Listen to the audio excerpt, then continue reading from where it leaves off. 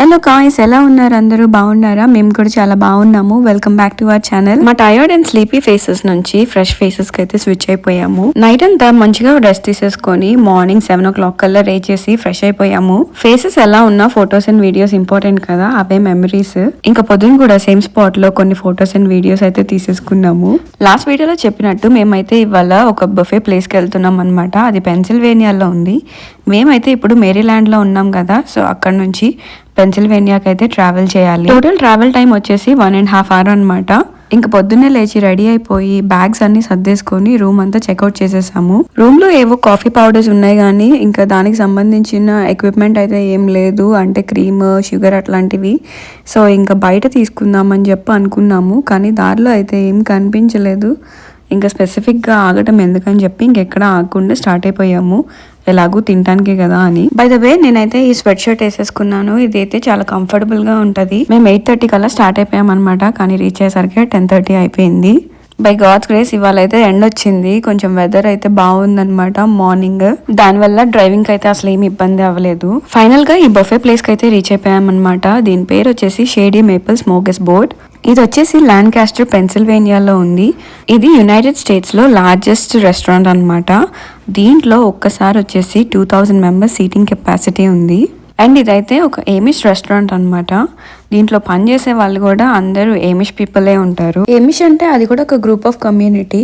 First అయితే ఈ line ని చూసి చాలా కంగారు పడిపోయాము, లేట్ అయిపోతుందేమో అని చెప్పి. కానీ వితిన్ 5 to 10 minutes లో బిల్ కట్టించేసుకొని లోపలికి అయితే పంపించేశారు. ఇక్కడ అయితే లంచ్, బ్రేక్ఫాస్ట్, డిన్నర్ 3 సర్వ్ చేస్తారు, కానీ మేము వచ్చింది అయితే లంచ్ కి. సో $24.99 అయితే ఛార్జ్ చేశారు పర్ పర్సన్ ఇన్ USD. ఇంకా దాంతో పాటు వాళ్ళైతే టిప్స్ ఏం యాక్సెప్ట్ చేయరంట. సో అందుకని మా దగ్గర ముందే సర్వీస్ ఛార్జ్ అయితే కట్టించేసుకున్నారు.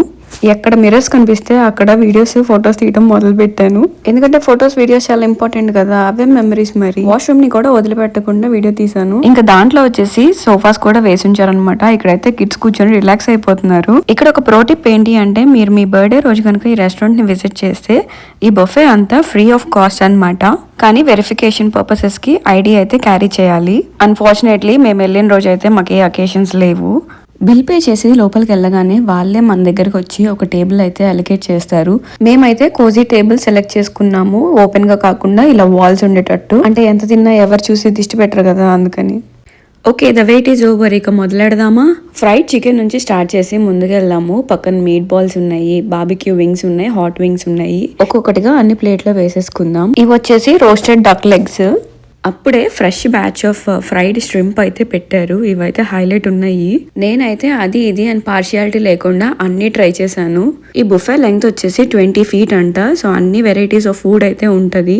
వాళ్ళు ఎన్ని వెరైటీస్ తింటారో అన్ని వెరైటీస్ ఉన్నాయి అక్కడ డిస్ప్లేలో. ఇదైతే మన ఇండియన్ స్టైల్ బఫే కానే కాదు, ప్యూర్లీ అమెరికన్. మాకు కనిపించినంత వరకు మేము ముగ్గురమే ఇండియన్స్, ఎవరు లేరు. ఇంకా మాకు ఈ ప్లేస్ ఎలా తెలుసు అంటే, మేము ఫుడ్ బ్లాగ్స్ చూసేటప్పుడు ఒక ఫేమస్ యూట్యూబర్ వెళ్ళాడనమాట. సో అప్పటి నుంచి మేము వెళ్దాం అని చెప్పి ప్లాన్ చేసుకున్నాం, కానీ ఎప్పుడూ అయితే కుదరలేదు మాకు. ఒక్కొక్క కౌంటర్లో ఒక్కొక్క వెరైటీ ఆఫ్ ఫుడ్ పెట్టారు.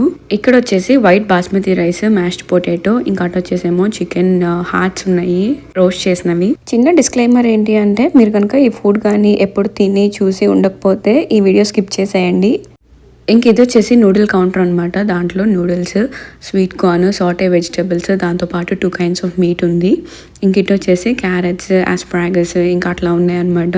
ఇది వచ్చేసి సాలెడ్ కౌంటర్ అనమాట. స్వీట్ బన్స్ తో పాటు రా వెజిటబుల్స్ కూడా ఉన్నాయి. దీంట్లో సాలెడ్ ప్రిపేర్ చేసుకోవడానికి స్పినాచ్, లేటస్, కట్ చేసిన ఆనియన్స్, టొమాటోస్, కీరా, ఇంకా అటు సైడ్కి ఏమో కొంచెం బ్రాకలీ, మష్రూమ్స్ అవి కూడా ఉన్నాయి అనమాట. ఇది వచ్చేసి సాస్ అండ్ చీజ్ కౌంటర్. ఇది బర్గర్స్లోకి. సో రకరకాల చీజ్లు అయితే అవైలబుల్గా ఉన్నాయి.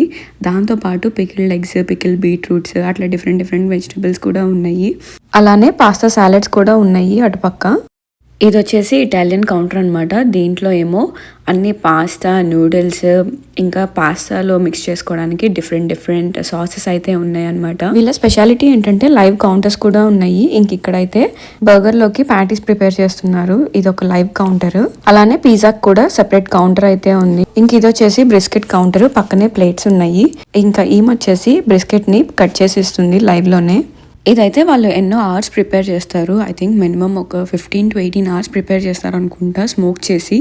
ఇంకా దాంతోపాటు ఒక సాస్ కూడా అవైలబుల్గా ఉంటుంది.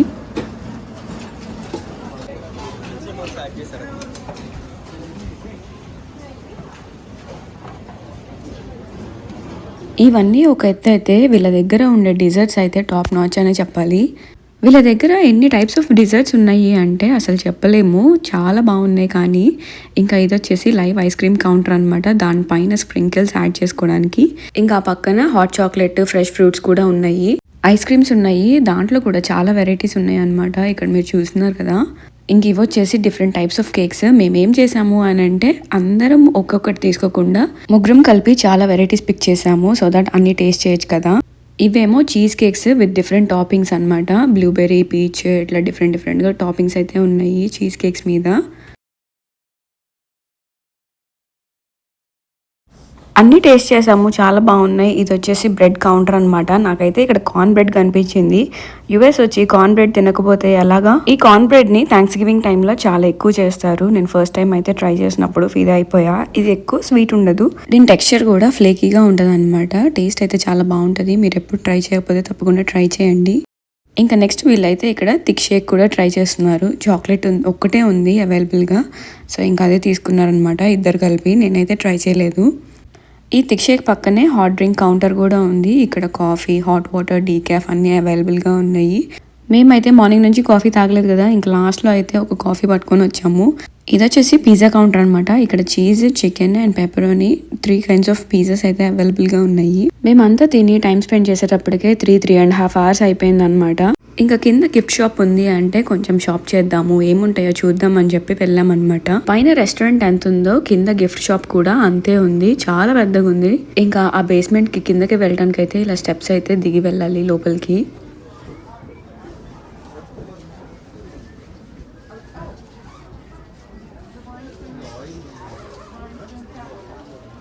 ఇవన్నీ వచ్చేసి సెంటెడ్ క్యాండిల్స్ అనమాట. వీళ్ళు ఇక్కడ చాలా ఎక్కువ యూజ్ చేస్తారు, కానీ నాకెందుకో నచ్చదు. ఈ మధ్య చాలా ఎక్కువ చెప్తున్నారు సెంటెడ్ క్యాండిల్స్ వాడకూడదు, సో దానివల్ల క్యాన్సర్స్ వస్తాయి అని చెప్పి.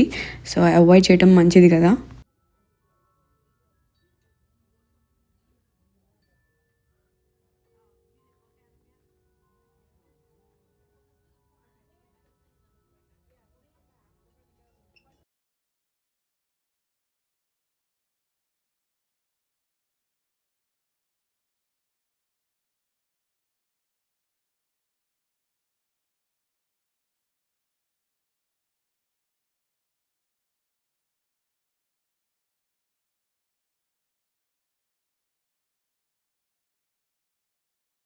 ఇంకా అన్ని షాప్ చేసి ఒక ఫ్రిడ్జ్ మ్యాగ్నెట్ ప్లస్ ఈ షేడీ మేపుల్కి సంబంధించిన ఒకటైతే తీసుకున్నాము. ఇంకా రిటర్న్ స్టార్ట్ అయ్యే టైం వచ్చేసింది అనమాట. మేము 2 o'clock అలా స్టార్ట్ అయ్యాము. ఫస్ట్ 5 hours సన్ ఉండటం వల్ల డ్రైవింగ్ అసలు ఏమి ఇబ్బంది అనిపించలేదు, చాలా స్మూత్గా అయిపోయింది. 5:30 ఆ టైంకి మెల్లగా చీకటి పట్టడం అయితే స్టార్ట్ అయిపోయింది. మార్నింగ్ మేము స్టార్ట్ అయినప్పుడు టెంపరేచర్ 10 ఉండింది బాల్టిమోర్లో, కానీ ఇంకా టువర్డ్స్ కెనడా మూవ్ అయ్యేటప్పటికే టెంపరేచర్ మెల్లమెల్లగా డ్రాప్ అవుతుందన్నమాట. ఇంకా న్యూయార్క్ స్టేట్కి ఎంటర్ అయ్యామో లేదో స్నో స్ట్రామ్ అయితే పట్టుకుంది. ఒక టైంకి ఐ బిలీవ్ 7 o'clock అనుకుంటా, అసలు జీరో విజిబిలిటీ.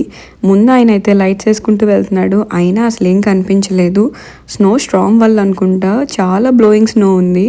ఇలాంటి కండిషన్స్లో డ్రైవింగ్ చేయడం చాలా రిస్కీ, ఎందుకంటే మనకు తెలియదు కదా రోడ్ మీద ఏం జరుగుతుంది ఏంటి అని చెప్పి.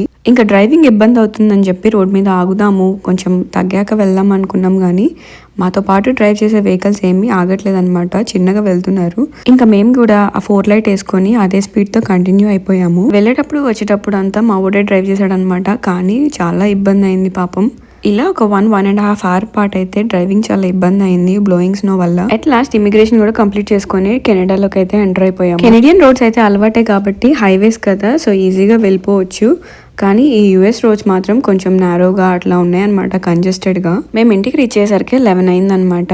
ఇంకా నెక్స్ట్ డే ఇక్కడ చూసారా స్ట్రామ్ ఎఫెక్ట్ అనమాట. స్నో ఎంత పైలప్ అయిపోయిందంటే ఆల్మోస్ట్ ఫస్ట్ ఫ్లోర్ దాకా వచ్చేసింది. కానీ మేమైతే ఈ ట్రిప్ వల్ల తప్పించుకున్నాము. That's a wrap. వీడియో నచ్చితే లైక్ చేయండి, అలానే సబ్స్క్రైబ్ చేసుకోవడం మాత్రం మర్చిపోవద్దు. మీ ఫ్రెండ్స్ అండ్ ఫ్యామిలీతో కూడా షేర్ చేయండి. మళ్ళీ నెక్స్ట్ వీడియోలో కలుద్దాం. Take care.